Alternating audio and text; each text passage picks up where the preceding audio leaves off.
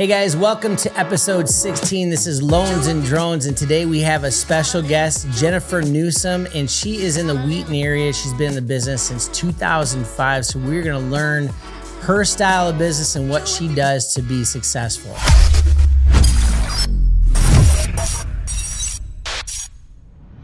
Let's get into who is Jennifer Newsom? Who's Jennifer? That's a Loaded question. Nice. So, most people call me Jen. So formally I go by Jennifer, and I'm really grew up in Wheaton.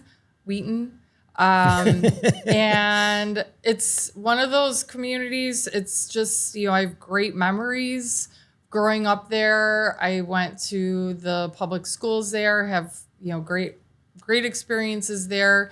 A lot of people, it's one of those towns where a lot of people, leave after, graduation from high school and experience life as a young adult. And then when it comes to settling down, a lot of people come back, and that's what I did. So I met my husband living in Chicago, and my whole family is still in the area. Almost all of my family. My parents still live in the same house that I grew up in. Oh, wow. Yeah, and then I have three sisters, two of which live in Wheaton and Warrenville, and so we moved back there to raise a family. It's a great place to raise a family. Yeah, and I've always noticed that too. My brother actually lived in Wheaton for years, but it's always been a good, solid, stable community. Yeah, of people. Safe. I always felt very safe living there. It's a great area to grow up in. Cool. Yeah, I'm originally from Michigan, so I still have family back over in Michigan, so I have to kind of take that road. Remind me where in Michigan? Niles, Michigan. Okay, so close to Indiana. Yep. Yeah. Yep. It's called Michiana. Yes. So, yeah. That's nice. There's a lake there, right? Yeah. There's a few lakes. We were from Indian Lake, believe it or not. So it's right. Yeah. Cool. Yeah. So they have a good golf course. It's all apple orchards, and so you're a golfer too. So you're winning some stuff at the Cress Creek Country Club, right? Yeah, we're members of Cress Creek Country Club in Naperville. I grew up golfing. My dad got us all into sports. 4 girls, no brothers, got us into sports. Taught me golf when I was 13. Oh, nice. And back then they didn't have a girls' golf team. It was co-ed. Yeah. And I was like, I don't want to. He's like, you should go out for the girls golf team in high school. And I said, no, I'm not good enough to play. I don't really want to learn how to play this game because I'm already playing other sports. Like, this is stupid. And then, years later, I love it now. So as soon as I graduated, they actually had a girls golf team. So 2 of my sisters were on the golf team, and that's something we enjoy doing as a family together. We love to golf. It's a great long-term sport. So I'm a member of the Cress Creek Women's Golf Club, of the auxiliary. Yeah. And it's a fun group of women. We get together at least once a week, sometimes more, sometimes less. It's hard to find time to golf with 2 little kids and working full time, but I try to, make an effort because I really like it. Oh my gosh. And my game is finally getting a little better this year. So what's your handicap? Is that a good question to ask? It's okay. It's okay. It's not, my handicap is not the best. So I won the low net, which means my handicap is on the high side still. I'm at 24 handicap. So that's better than me. So I'm definitely not a scratch golfer, but it's getting better. My goal, I would love to be get it down to close to more of a 10 to 15. Yeah, so sometimes, it's just some days It's unpredictable. I mean, it's a great time to get out, enjoy the weather, be with friends, and have a good time. So Kurt and I, my husband Kurt, that's like one of our favorite date things to do is to go golfing together. And I'm teaching, we're teaching our kids how to golf so that the four of us can just that's as a family activity. And Emmy has a really good golf swing. I still have a kind of a baseball swing. Where it's because I played softball. Okay. But I can hit, I want to crush the ball. I can hit the ball far. Yeah. But, my consistency and accuracy isn't the best, but it's fun, teaching the kids how to golf and hopefully Emmy, it's something for us to do where Emmy becomes a really good golfer from a young age. Cause I started when I was 13 and we got her in lessons when she was 4 or 5. Wow. So she's gonna be better than me in no time. I think that's good. I mean, so we became members at Royal Fox. Yeah. And so the whole purpose was to build a community through swimming, and then we were getting into golf, but we're doing the date night thing too. So Laura, listen to this. This is good.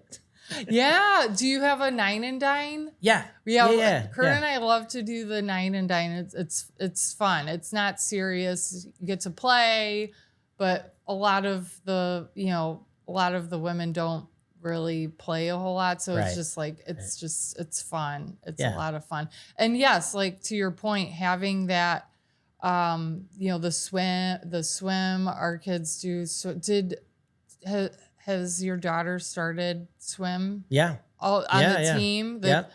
Yeah. We just had our last meet a couple weeks ago. So it was really just fun, It is fun. Yeah. It is fun. You have to teach her how to golf too. I know. When you said 4 or 5, I'm like, okay, she's 4. So let's get her in. It's just to kind of get her familiar with just swinging the club. And I mean, the details will come in a couple of years, but it's good just to have fun hitting the ball and just swinging the club.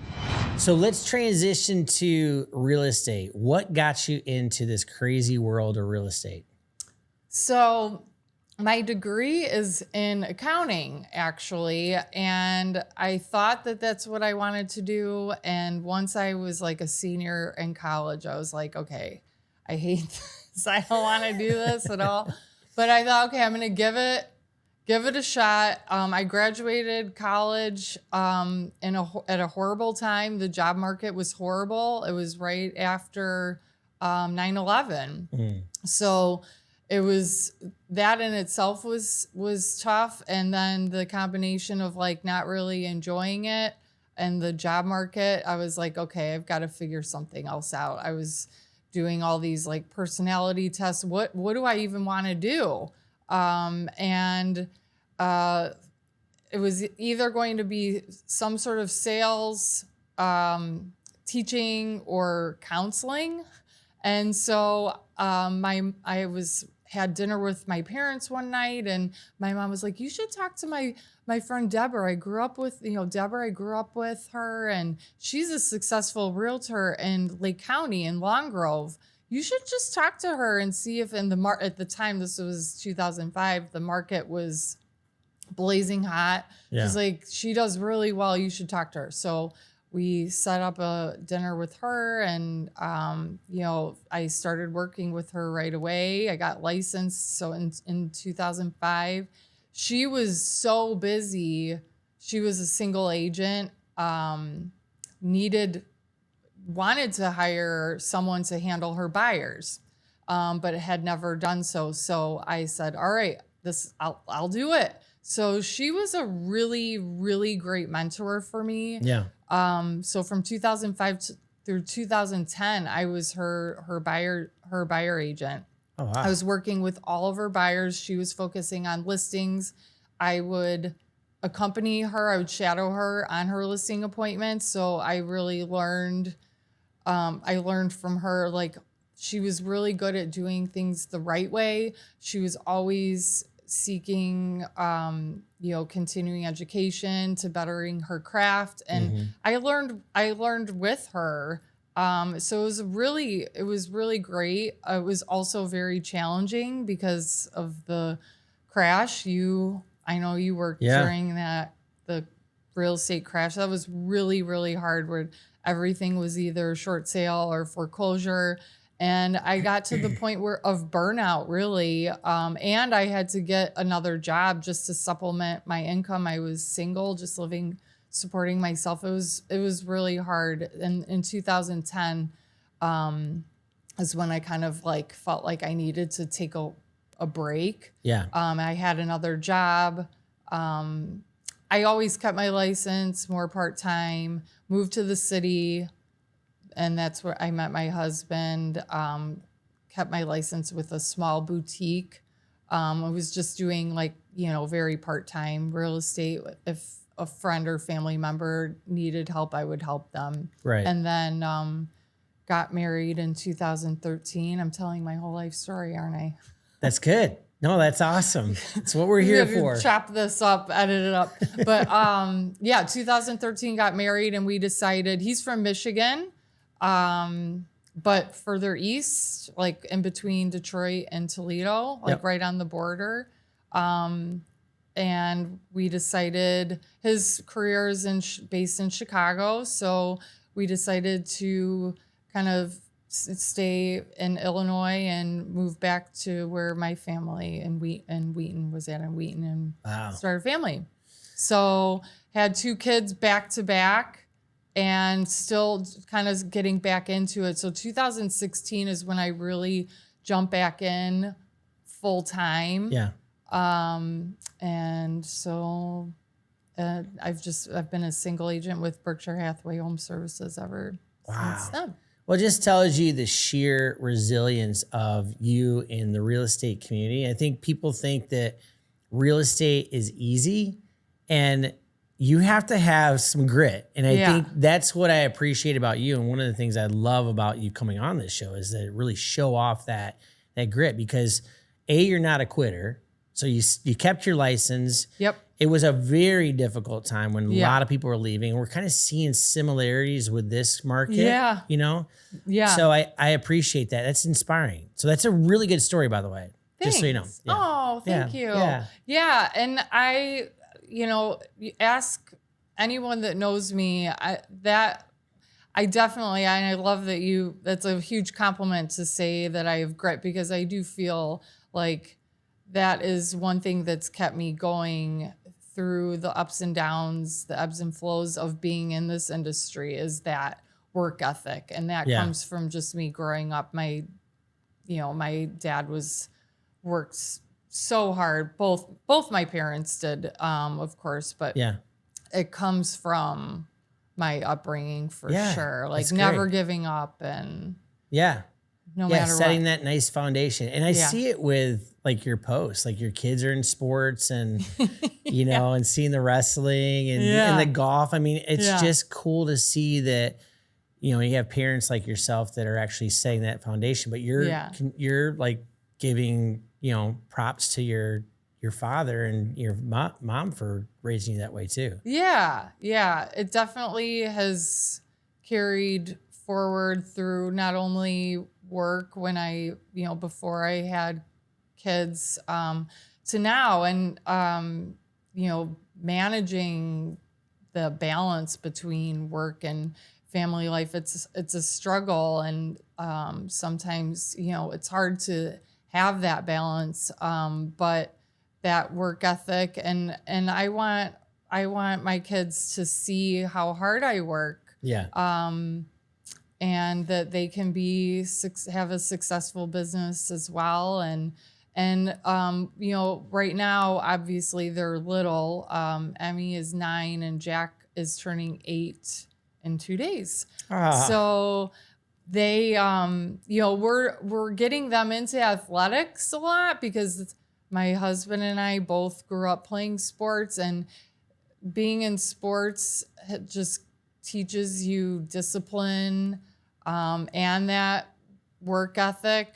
So we're kind of really And it's fun. We love sport. I love watching sports. Yeah. I love playing sports. And so hopefully, as they grow up, they see what we're doing, what we're trying to teach them, and that will carry forward into, as they get older and become adults and start their own. And I think one of the cool things with, like, we've had a lot of athletes on this show too, and one of the cool things I noticed, not to say that you have to be an athlete, you don't have to be an athlete, but I think it does bring in the discipline.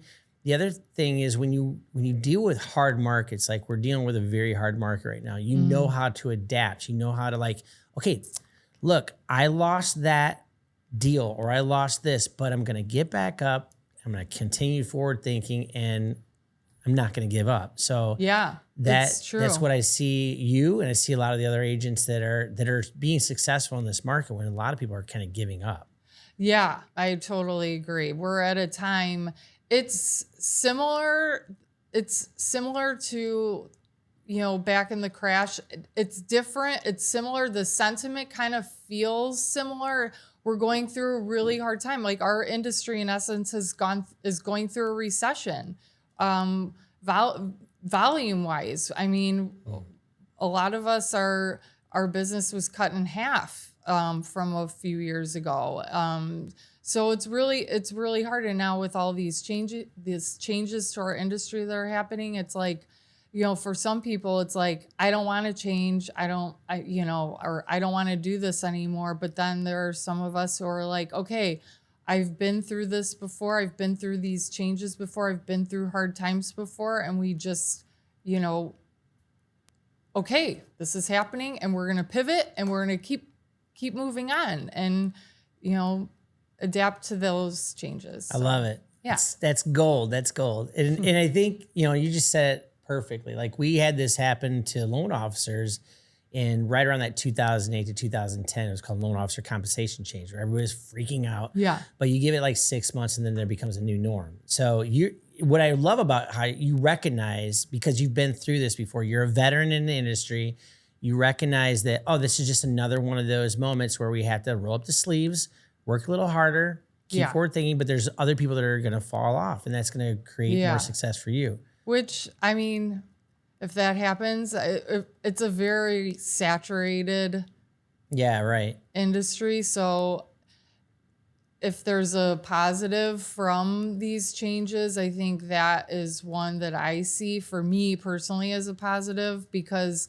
I finally, especially on the buy side, it's an opportunity where I can showcase my value to potential clients, especially on the buy side.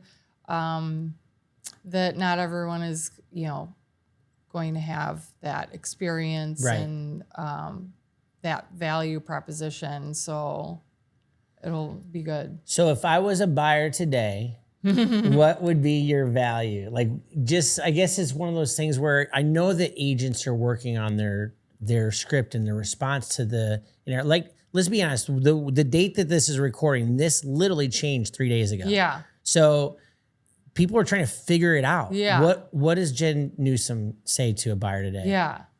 Oh, so, well, I have great materials. I have all my brokerage branded materials and all my personal branding materials. And then I have my resume, speaks for itself. I've been doing this for a long time. It's really helping them for first-time home buyers, for example.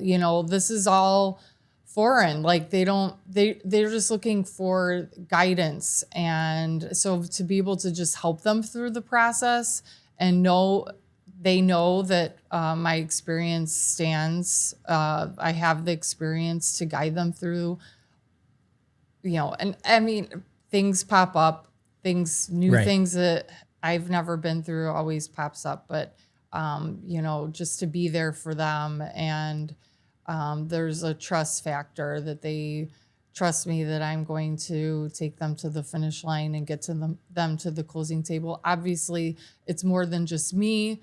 It's, introducing them to the right team. It's like a team right, process. right. It's not just me. I don't do the mortgages. And Yeah. so, introducing them to someone like you who is going to really help them through the financing process. And, I have great insurance recommendations, title, all of it. I can provide the whole one-stop attorneys, one-stop shop experience so that they're not feeling like, oh, I need, to figure this out on my own. I'm with them the whole time. So that and just my knowledge of the market. I'm not part-time. I do this full-time. I'm constantly paying attention to what's going on in the market, what's selling, what isn't selling. Yeah. And I've been on a couple buyer consultations with you, and don't let this sweet demeanor fool you. She knows her stuff. Like when you meet with a client, you are literally like that's when you I just see it. You just turn the switch on and literally you have it dialed in. You know the market like the back of your hand. Yeah. So you're walking with them through that. And I was like, whoa, it was like probably, I don't know, a couple of years ago, there was the first experience I had with a buyer consultation with you. And I just I was floored because I'm like, wow, you really got this down. Thanks. It was good. And I could tell the comfort set in with the client as well too. And that's what you want. You want to see the comfort set in. Yeah, that is huge, to make them feel comfortable that they're going to be taken care of. And that's one thing with these new changes. I get to do that a lot more often. Some people, it's hard to get people to take the time, at least before, it's hard to get them to take the time to actually interview me. Yeah. And that's going to be huge going forward. And I'm excited about that because I always have tried to get people to sit down and do that full buyer consult, because when I start that way, and especially if you're in on the appointment, they feel like, I've got Jen, I've got Bill they're going to really take care of me and help me answer all my questions along the way. And I'm excited to be able to do that more, because with the new, it's not new, buyer rep agreements where it's a requirement now. Right.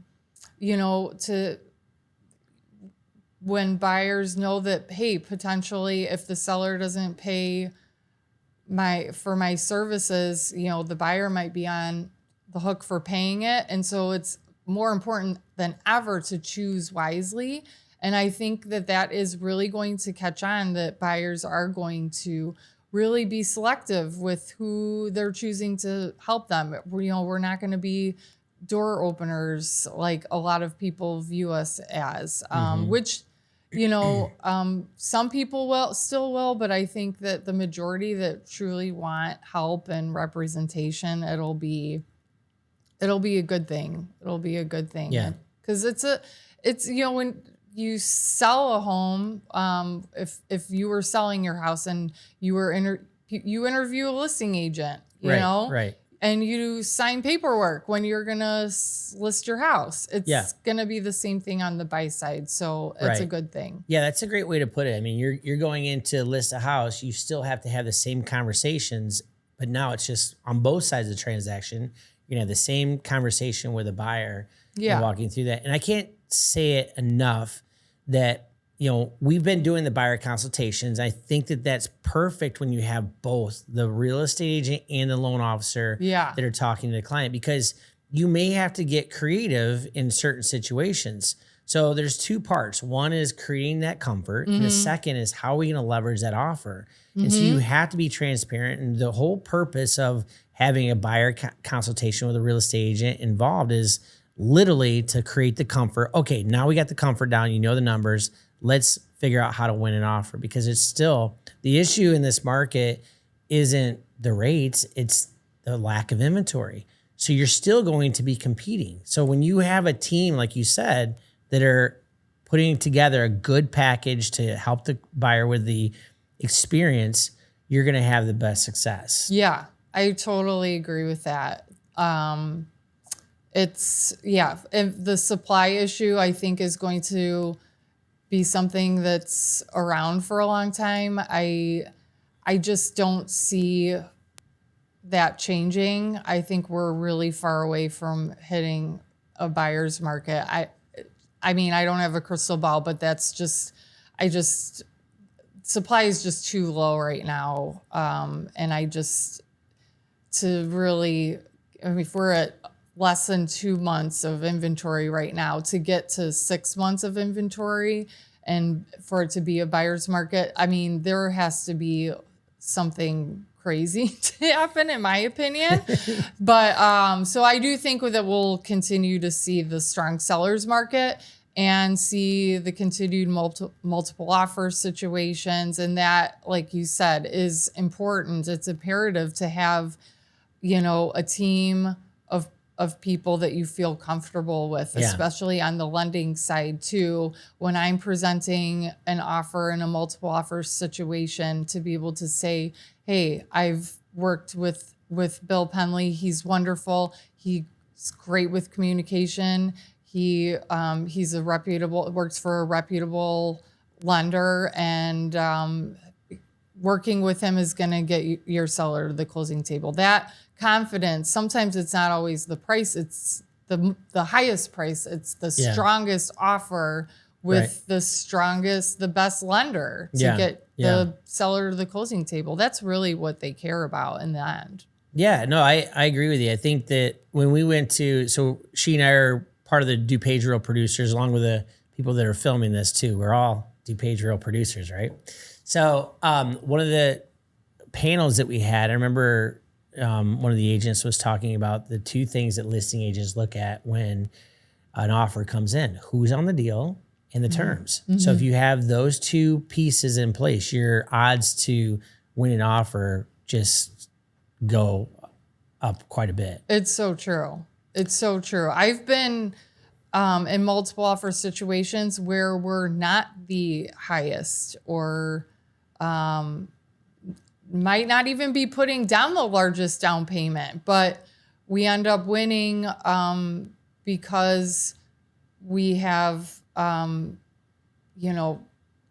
we have you who, when you have a buyer that's been fully underwritten and fully approved, that also helps in a multiple offer situation. That's good to know. I've seen lots of success with that, bringing that full approval, fully underwritten before they even have a contract. That's been a huge selling point for me in that situation. That's awesome. So where do you see, like, with this NAR, new changes? Where do you see the industry? I know you kind of mentioned it a little bit, that you kind of had a little bit of forecast vision, but what are you seeing with this NAR change? Yeah, I think that, so I mentioned the positive for me and for buyers to be able to be selective with who's representing them. I think that might have been a big issue for a lot of people. They didn't feel like their agent on the buy side did a whole lot for them. Yeah. And that's going to change. With the transparency, they're going to know exactly how much, what my fee is before they even look at a property. Right, so that's different. And I think that that's a good thing. Same on the seller side. The seller is going to have more choice with the decoupling of the commissions. So it's a good thing, but then it's also, I see it as a negative, in that the timing is tough because sellers have more choice now with the decoupling. They can say, no, I'm not paying I'm not cooperating with another buyer agent. I refuse. And it puts more pressure, added pressure on the buyer in an already really hard time. It's hard to be a buyer right now. It's really expensive to be a buyer right now. Right. Prices have gone up so much. There's been so much appreciation, low supply, the interest rate challenge. So it's really hard. And then to have that, I might have to pay my realtor as well. That's going to be really hard. So it's like the sellers have been in the driver's seat for a few years now, and this puts them even more in the driver's seat, which I think is that's going to be a big challenge. That's I would say the negative about the changes with the settlement. But at the same time, I think it'll be, a good thing for transparency and for on the buy side, consumers can be more selective with who they're choosing to represent them. Yeah, and I think it's one of those things, going back to how our industry had changed, it's one of those things. I think you're going to see some unwritten rules, etiquette that is applied to the industry that, hey, this person isn't working with this person. So you're not seeing the activity maybe on one listing that you may see in another listing.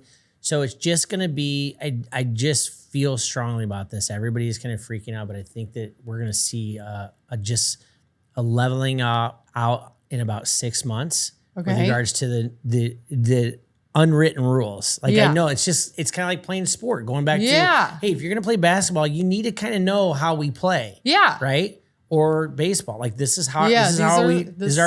This is how we play it. Yeah. So I think that's going to be the industry in about 6 months, but there's going to be a little bit of a dust cloud kick up. Yeah. For the first couple months. Yeah, I totally agree. I mean, other states I've heard have been doing it this way for a long time, and from what I've heard, the sellers are still paying the commission for the most part, so it's kind of the way it has been. There's not a whole lot of change, so it'll be interesting if that's the case here. It's becomes the same here in Illinois, or It's funny you should bring that up, because Indian Lake, there's a real estate agent out there that's been doing this for years, and we're like, wait a minute, you that's how you work? How does that even work? Yeah. But now that's come around, and actually it's nationwide. So, all right, so now we're going to transition into the fun part, which I love. It's just random questions. I'm scared. Everybody says that. Every time we get into this, everybody's like, oh my gosh, I don't know they're just basic questions. Okay. Okay, so the first question is, if you could be anywhere in the world today, where would you be? Oh, that's a good question. So places that I've been, I love Hawaii, Maui. Okay, my husband and I went there a couple of years ago. We recently took our kids back there to Maui. We love Hawaii. But for a place I haven't been that I really want to go, I really want to go to the French Riviera. Really? Yeah. What's the attraction there? Well, I mean, it sounds amazing. What's drawing you to the French Riviera? I've heard amazing things about it. It's beautiful. One of my friends just went. I was watching her social media. She was posting a bunch of stories on social media, and her hotel literally is on the Mediterranean, and you just walk down a few stairs and you can just jump in the Mediterranean Sea, and there's a pool. It just looks beautiful. Yeah, right, and the old towns with restaurants, shopping. It just looks really beautiful. So that's on my bucket list. That's good to know. So I got you by age quite a bit, but you don't. Yeah, I do. I was born in 1974, believe it or not. So I'm turning 50 this year. No way. Yes. So people tell you don't look 50. Well, I've heard that, but at the same time, I feel 50. So we're trying to figure out a vacation. So the reason why I asked that question is because I'm interested. My wife loves Maui too, by the way. So we might have to go back to Hawaii, because Hawaii is awesome. It's awesome. Yeah. So. And we were just in northern Michigan. Have you been up there? I know that you're from Michigan. South. Yeah. We talked about it, because and that's another thing about the cool part about social media is you get to see where people go. So you went to Torch Lake, because I knew you were over there. Yeah. I've been wanting to go to Torch Lake forever. So did you love it? That was our first time trying it. So we always stay west of there, south of, or not south, Traverse City, Glen Lake. We were staying in Glen Lake. Okay. Or Glen Arbor. Okay. Right by the Sleeping Bear Dunes. Oh. It's beautiful there.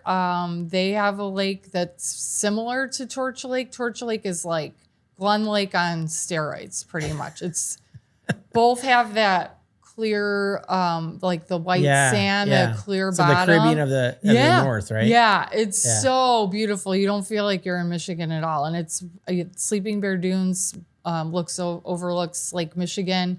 Just the water is so blue up there. It's so pretty. It's really pretty. Well, that's where we're going. We're going to go there next year. So every year we do a family vacation on the 4th of July week. So now you just answered my question because that's where we're going to go. Yeah, I can send you an itinerary. It's I've been going up there since I was a little kid. So really? Yeah. Oh, good. Yeah. All right. I'm definitely going to ask you all the questions. Yeah. If you could have dinner with anyone in the world, whether it be past, present, future, oh gosh, who would it be? Okay. So this goes along with so I love Peloton. Nice. I'm like a big Peloton person. All right. I've been ever since COVID. Like I have the tread, the bike. That's how I do my workouts. I'm really self-motivated by like my Peloton workouts. Okay. I would say like some of those instructors, I think I'm like starstruck by some of the instructors. Like, who's your favorite instructor? I love Cody Rigsby, and he's hilarious. I think it would be so much fun to have dinner with him.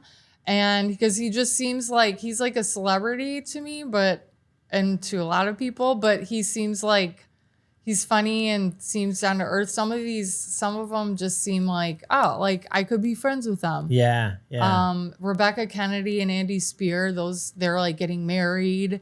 Oh, they are? Yeah. Okay. My sisters and I love the Peloton, and we like talk about them like as if we know them. So yes, I would say a Peloton instructor would be who I would want to have but I love dinner with. I love it because they're motivational. They're inspiring, like. Yeah. And I like see them every day almost when I'm doing my workouts. So I feel like I know them. That's good. That's good. I try getting into it. So I do something else called Zwift. So it's a different style, but it's like more like cycling world. But I tried doing Peloton with my buddy over in Indian Lake, and we're looking at each other. We're looking at, like, he had the video camera. I'm like, okay, this is weird. You're looking at me and we're sweating on each other. I'm like, this is not good. So that kind of turned me off real quick to the whole Peloton thing. My wife loves it though. My wife loves it. Oh, she does? Yeah, so I'll tell her to connect with you. Yeah, we need to find each other on Peloton and like high five each other. Love it. Do you have the bike and the? Yeah, we got the bike, but we don't have the treadmill. So. Oh, I love the treadmill. I used to do the workouts like on just the regular treadmill, and because it works. Like I would have it on the like a TV. Oh, okay. And just do it on my own Maybe I'll treadmill. try that. Yeah. You can. I mean, it depends on. It's easier to do it on their treadmill, their equipment, and the tread is it's my favorite. I got the rower too, but I don't really use the rower. Wow, you're fully invested in the Peloton, aren't you? I'm obsessed. I love it. Love it. Last question. What's your favorite food? Oh, this is easy. Well, I mean, it's not easy. I love lots of different. I love Mexican food. I can eat Mexican food like any day of the week. I never get sick of it. So I would say I love Mexican food and I love Italian. I love, like, my guilty pleasure is like big bowl of pasta. Oh. I love Italian food. I love pasta. Well, since you're a runner, it's good. I mean, you carb up, you run a long run on Saturday. Yeah. I need to run a marathon just so I could eat all the pasta. Shout out to what's your favorite Mexican restaurant in Wheaton area and also Italian restaurant. Do you have your favorites? Yeah. Mexican is, I love El Tiro, is in downtown Wheaton. They're more of like a Latin fusion. There's a brand new restaurant and brand new. It's their, you're in St. Charles, the Bientrucha, I think it's Bientrucha, is opening up a new spot in downtown Wheaton, and I'm blanking on the name of it right now. I mean, I like Uncle Julio's too in Naperville. Pretty Nothing good. wrong with that. Nothing wrong with that. Yeah. Have you been to Fat Rosie's? No. Naperville? Oh, definitely. Oh, really? Yeah, definitely. Yeah, we should go there. We should Yeah. definitely do that. So Yeah, for sure. Italian, I love Capri and Burrich. I think have we talked about this before? no, but I follow the Capri guy. And Yes. I listen to him all the time. Like he's like, hey, you know. Oh my gosh. I saw him at the restaurant. Kurt and I went there for our anniversary. And Gigi is the owner. Yeah. And he was there when we were like waiting for our table. And I was like, oh my God, it's Gigi. No, it's him. It's him. I'm like, Kurt, he's right there. He's right there. And Kurt's looking at me like, oh my gosh, you're nuts to be like going crazy over a restaurant. I'm like, we have to go up to him. So we went up to him and I was like, hi, Gigi. I love your social media. I love your restaurant. We love it here. And he was so nice. He like shook our hand. We took a picture together. It was so cool. We'll have to go there because I've been dying to go there too. Like I've been there before. It's great. It's a great restaurant. So. It's like it's got that old school vibe. Yeah. Great service. Yeah. I love good service. Yeah. Yeah. Yeah. Good Yeah. food. Good food, good service, the everything. ambiance, everything. Yeah. So, Yeah. well, thank you so much for joining us today. Thanks for having me. If people wanted to get a hold of you today, how could they get a hold of you? So I have a website, which is jennifernewsomrealestate.com. That is a good spot. I also have social media, Instagram. My handle is Jennifer Newsom _realtor. I'm on Facebook under my name. Or the text is good too. I still have my 773 area code. I never changed it even though I'm in the suburbs, but you can text me at 773-580-5840. Awesome. Thank you so much. And we will see you on the next episode of Loans and Drones.